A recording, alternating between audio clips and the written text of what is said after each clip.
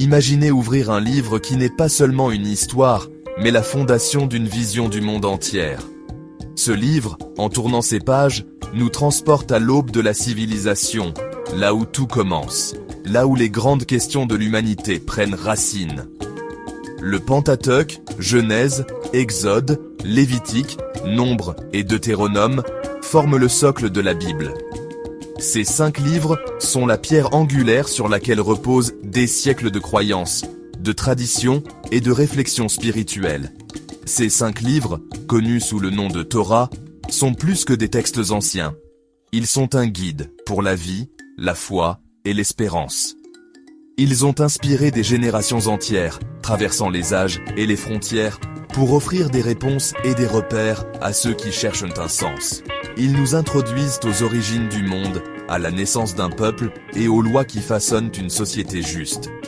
À travers leurs récits, nous découvrons comment l'ordre, la justice et la compassion deviennent les piliers d'une communauté. Pensez-y comme l'acte d'ouverture d'une grande pièce de théâtre, posant le décor pour tout ce qui suit. Chaque chapitre, chaque personnage, chaque événement prépare le terrain pour une histoire qui va bien au-delà de ses premières pages. Ici, nous rencontrons les personnages principaux, assistons à la création et voyons la formation d'une nation. Nous sommes témoins de leurs espoirs, de leurs épreuves et de leurs rêves, qui résonnent encore aujourd'hui. Le Pentateuque est une histoire de promesses, d'alliances et d'une loi destinée à mener à une vie meilleure. Il raconte comment des pactes sacrés ont forgé l'identité d'un peuple et influencé le destin de l'humanité. En parcourant ces livres, nous marcherons aux côtés de figures anciennes et découvrirons le cœur de leur histoire. Nous explorerons leurs doutes, leurs victoires et la sagesse qu'ils ont léguée au monde. Ouvrons la première porte et commençons ce voyage extraordinaire dans le Pentateuque, là où chaque mot est une invitation à comprendre nos origines et à rêver d'un avenir meilleur. La Genèse s'ouvre sur la création. Un monde façonné par l'intention, l'ordre et la beauté. Chaque élément, du ciel à la terre, de la lumière à l'obscurité, est soigneusement placé, révélant un dessein profond. L'humanité, créée à l'image de Dieu, reçoit la responsabilité de cultiver et de préserver ce jardin d'abondance. Pourtant, l'harmonie fragile est rapidement brisée par la désobéissance. Un simple choix introduit le doute, la peur et la séparation, transformant le jardin en un lieu de conflit et de division. L'humanité découvre la douleur de la perte et la difficulté de vivre loin de la perfection originelle. L'histoire s'étend, de la chute d'Adam et Ève au déluge. Les luttes de l'humanité résonnent à travers les générations. Les hommes cherchent à survivre, à comprendre, à retrouver la faveur perdue. Les conséquences de leurs choix façonnent le monde, mais une lueur d'espérance subsiste. Puis, un nouveau chapitre s'ouvre. Abraham, un homme ordinaire, est appelé à tout quitter pour une promesse extraordinaire, une descendance innombrable, une terre promise et une bénédiction destinée à toutes les nations. Son départ marque le début d'une aventure de foi et de confiance.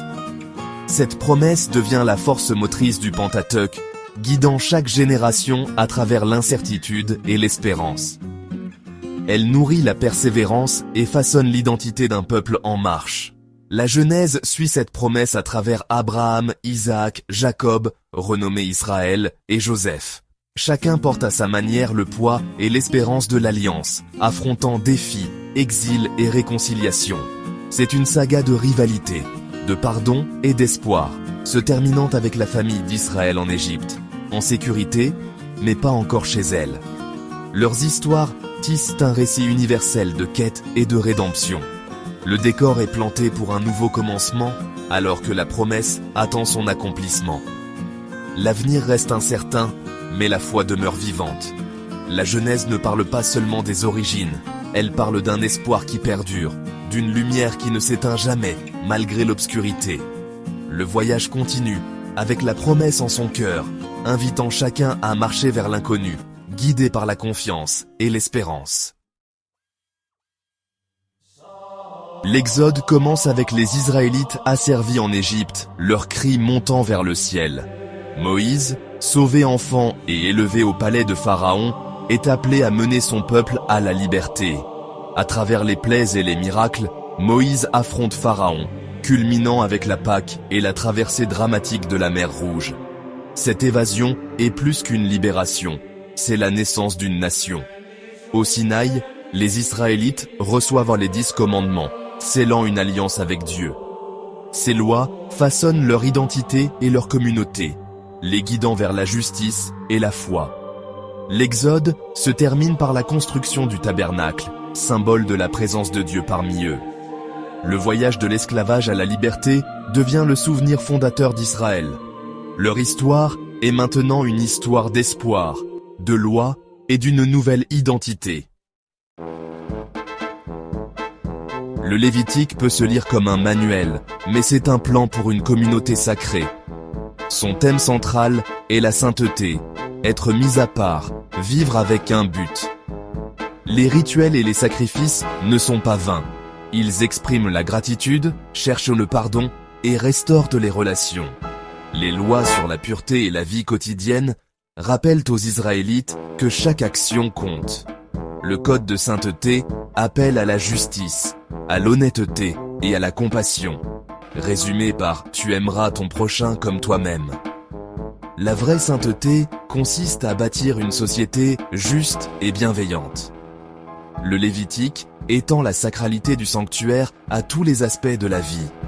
C'est un appel à refléter le divin dans tout ce que nous faisons. Les nombres reprennent avec les Israélites au Sinaï, prêts à entrer dans la terre promise. Mais le voyage devient une errance et une rébellion. Les plaintes, la peur et le manque de foi mènent à 40 ans dans le désert. Une génération perdue.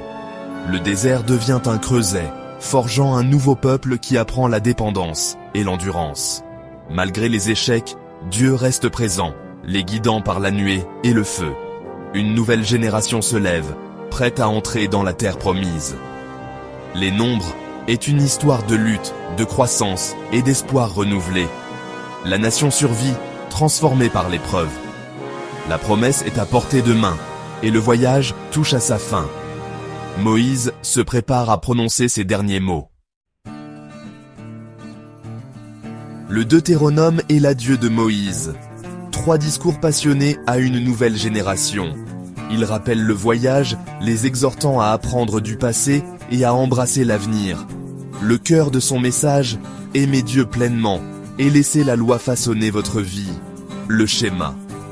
Écoute, Israël, l'Éternel est un. Tu aimeras l'Éternel ton Dieu de tout ton cœur, devient le commandement central. Moïse leur présente un choix, la vie et la bénédiction par la fidélité, ou la perte par la désobéissance. Il nomme Josué comme son successeur et contemple la terre promise de loin. Moïse meurt sur le mont Nebo, sa mission accomplie. Le Pentateuque se termine par l'espoir et l'avertissement. Le peuple prêt à entrer dans sa destinée. La fondation est posée. L'avenir attend. L'histoire d'Israël ne fait que commencer. La tapisserie du Pentateuque est tissée avec le thème de la création. Chaque fil, chaque motif, évoque une intention profonde, un dessin qui traverse toute l'histoire. La Genèse commence avec un monde fait par dessein, et non par accident. L'univers n'est pas le fruit du hasard, mais le résultat d'une volonté créatrice qui façonne la lumière, la terre et la vie elle-même.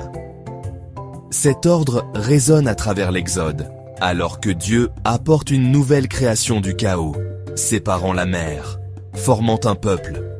À chaque étape, l'intention divine guide et structure l'histoire, transformant le désordre en espoir. Le tabernacle est un cosmos miniature, un espace sacré pour la présence de Dieu. Il devient le centre d'un monde ordonné, où chaque détail reflète la beauté et l'harmonie de la création originelle. Les lois de pureté du Lévitique reflètent l'ordre de la création, distinguant ce qui est entier de ce qui ne l'est pas. Elles rappellent que la vie quotidienne peut être un acte de participation à l'ordre divin. Vivre une vie sainte signifie honorer l'ordre et la bonté de la création. Cela implique de cultiver la justice, la compassion et le respect pour tout ce qui vit en reconnaissant la valeur de chaque être. La terre promise est un nouvel Éden, un lieu d'abondance et d'harmonie. C'est un espace où l'humanité peut s'épanouir en vivant en accord avec l'intention première du Créateur. Le voyage est un retour à cet idéal, un partenariat pour apporter l'ordre et la bonté au monde. Ensemble, le peuple est invité à poursuivre cette œuvre, à bâtir un monde meilleur. Le Pentateuque commence et se termine par la création du monde et d'un peuple. Il nous invite à voir notre propre vie comme une part de cette grande tapisserie, tissée avec intention et espérance. La loi était le deuxième pilier du Pentateuque, non comme un fardeau, mais comme un don. La Torah offre aux anciens esclaves un cadre pour la liberté, la justice et la compassion. Au Sinaï, l'alliance est scellée. Les 10 commandements deviennent le fondement de la nation. Ces lois façonnent les relations, avec Dieu et entre eux, bâtissant confiance et sécurité. Au-delà des bases, la loi couvre la vie quotidienne, insistant sur la justice pour les vulnérables et l'attention aux pauvres. La loi est révolutionnaire. Elle exige une responsabilité partagée et de la compassion. La suivre n'est pas une question de mériter des faveurs, mais de façonner une communauté qui reflète le caractère de Dieu. La loi est leur vie, le chemin vers l'épanouissement dans la terre promise. C'est la structure qui transforme la liberté en une bénédiction durable. Le fil d'or de la promesse traverse le Pentateuque, pointant toujours vers l'avenir. Cela commence avec Abraham, descendance, terre et bénédiction pour le monde. Cette promesse soutient Israël à travers l'esclavage, l'errance et le doute. Même dans l'échec, la promesse perdure, ancrant l'espoir et la résilience. La terre est plus qu'un territoire, c'est l'accomplissement de l'appartenance et du but. Le Pentateuque se termine avec Israël au seuil, la promesse n'étant pas encore pleinement réalisée. Moïse est parti, mais le peuple est prêt à construire son avenir. L'histoire se clôt sur l'anticipation, une vocation à vivre la promesse. Le Pentateuque pose les fondations, mais le voyage continue. Son espoir et sa vision inspirent les générations à venir.